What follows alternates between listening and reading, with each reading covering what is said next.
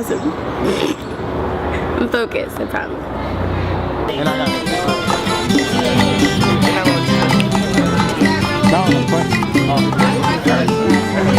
Vengo de la sillería donde la guajira.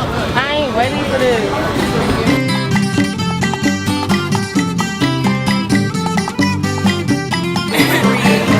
Vengo de la sillería donde la guajira vive y del guajiro recibe un piropo en poesía.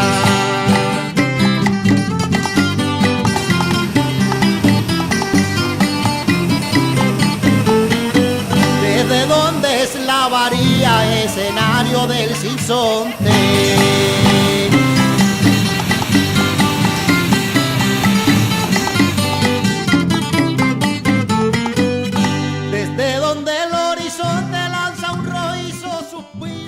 The International Study Program is an opportunity we provide for young people in our organization to travel overseas. We travel to Africa and Latin America, and we've been doing it for 20 years now. And over those years we've traveled to countries throughout the Caribbean, including Haiti, Dominican Republic, Puerto Rico, this year Cuba, South America, including Brazil, and various countries in Africa, including Ghana, Morocco, South Africa, and Egypt. So it's a life-changing program, an opportunity for them to escape their comfort zone and to experience a new world.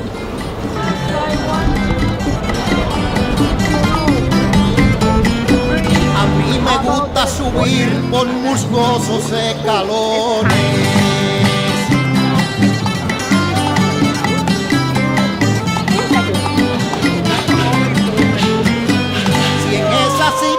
De palenques escondidos se descifran los aullidos de los perros cimarrones.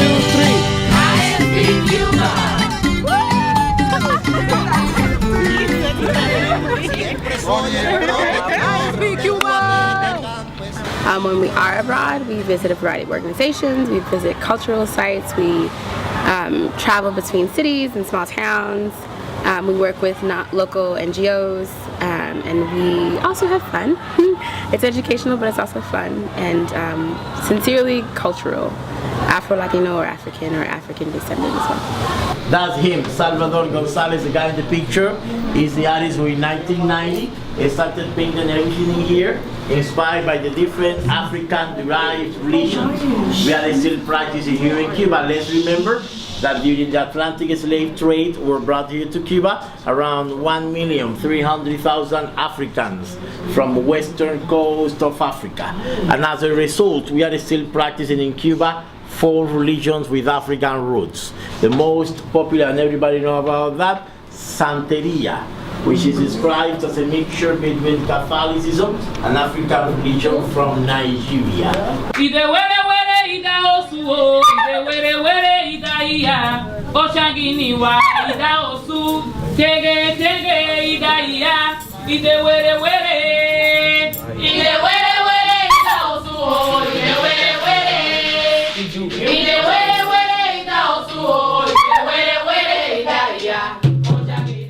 I think one of the things that comes out of the program is that members see that they're more connected than they realize they are. Because we're all part of the diaspora, we believe that we originated from the continent of Africa and we've been placed all over the world. And I think one of the amazing things is when we go abroad, we see people that look just like us. Even if it's a different culture, even if it's a different language. I go to Brazil, I'm not Brazilian, but in Brazil it's like, yo, no. So it's like they never, it's amazing how you really see how our family is spread, our ancestry is spread, our lineage is spread. And it's like we were all in the same bone, just dropped off on different ports, and we may speak different languages, but we have more similarities than we do differences. And we say that here, you know, in New York, in our home base, in our headquarters. When we go abroad and members see completely different people that they've never met before, who share, whether it's similar foods, whether it's similar likes in music, phenotype, similar, you know, can look like family, look like siblings. It really brings together the root of why we teach Pan-African themes.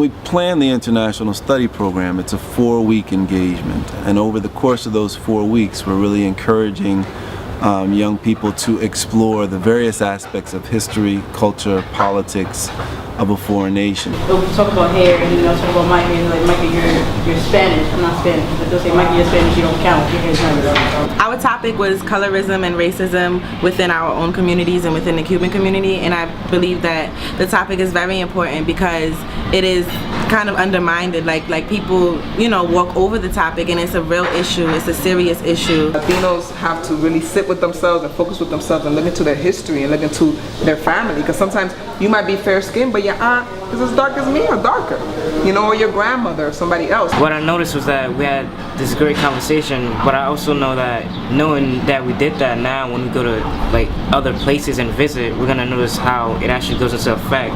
So knowing how colorism affects our own communities as well as Cuba. And so we want them to engage with folks around what their lives are like, what their political beliefs are like, what the government structure is like, what is school like for them. So they have opportunities to engage with groups, with students, with business folks, with politicians, to really get a sense of what life is like for folks in the foreign country. Definitely proud moments when you see members come out of their shell.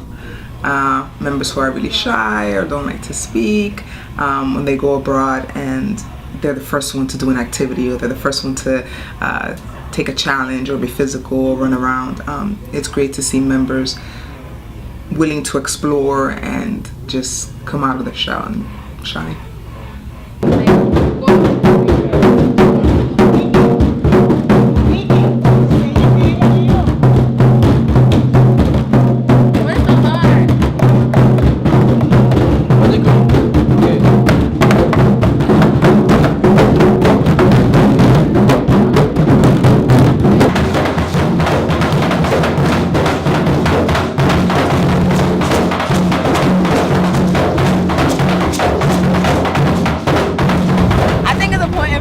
To get the experience of traveling, because a lot of people don't even travel outside the states. A lot of people have never been on a plane. I think it's important for kids from Harlem to travel because I think that we're limited in having conversations, and I think that this is just another opportunity for you to relate to someone who may have traveled to Cuba or is from Cuba or just traveled abroad in general. Pan-African Latino history is one of our pillars and is purposefully put there as a mechanism to get young folks to attain this knowledge of self, to embrace it, and not only to embrace it, to love it, and once they love it, they can promote it and represent it in a positive way, and that's something that's priceless. And I put a Kanara in because I celebrate Kwanzaa faithfully, and that's like definitely a big part of my culture. I put Ghana because my mother's side of the family is from Ghana. Growth on the ISP, somebody who's a wallflower, start to take chances. Someone who's afraid of the rain, start to dance in it. You know, someone who's afraid to speak, take the lead at a conference or at a gathering. You know, growth takes many shapes and forms. Sometimes it's the unspoken. It's something that is constantly in flux, because you never know what moment is going to resonate the most with that young woman or that young man. You don't know when they're going to pivot and just take off.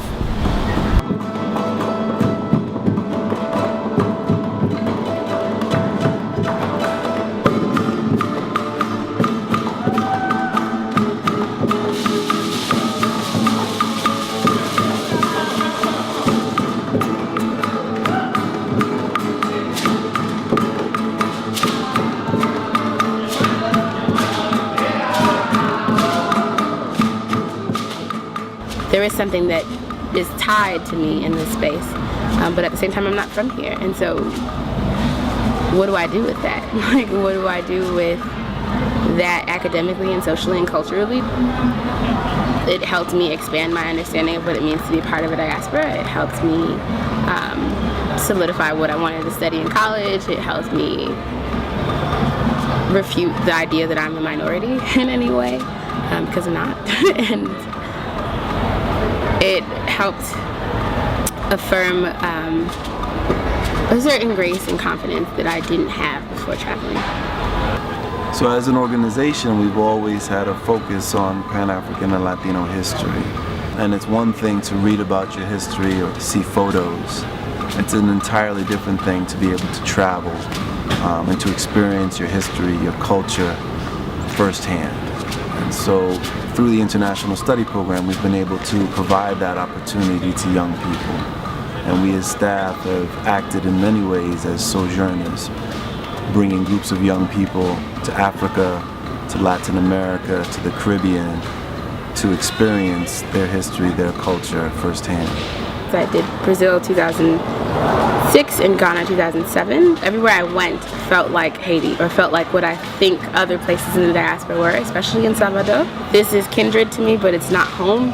And so it brought a lot of like diaspora awareness into the situation and into my own like personal experience. Both pivotal and eye-opening, and opportunities for me to think about how I move in the world and what it means to be like a global citizen in a black woman's body. I not only have facilitated these trips, but I've also been a student. So I have a very unique and particular vantage point. I can look at it through the eyes of one of our members and really relate to them, because it really did something to me in 1997 going to South Africa. It was one of the moments in my life that I'll never forget, and really affirmed that I would be in this field doing this type of work and basically paying it forward.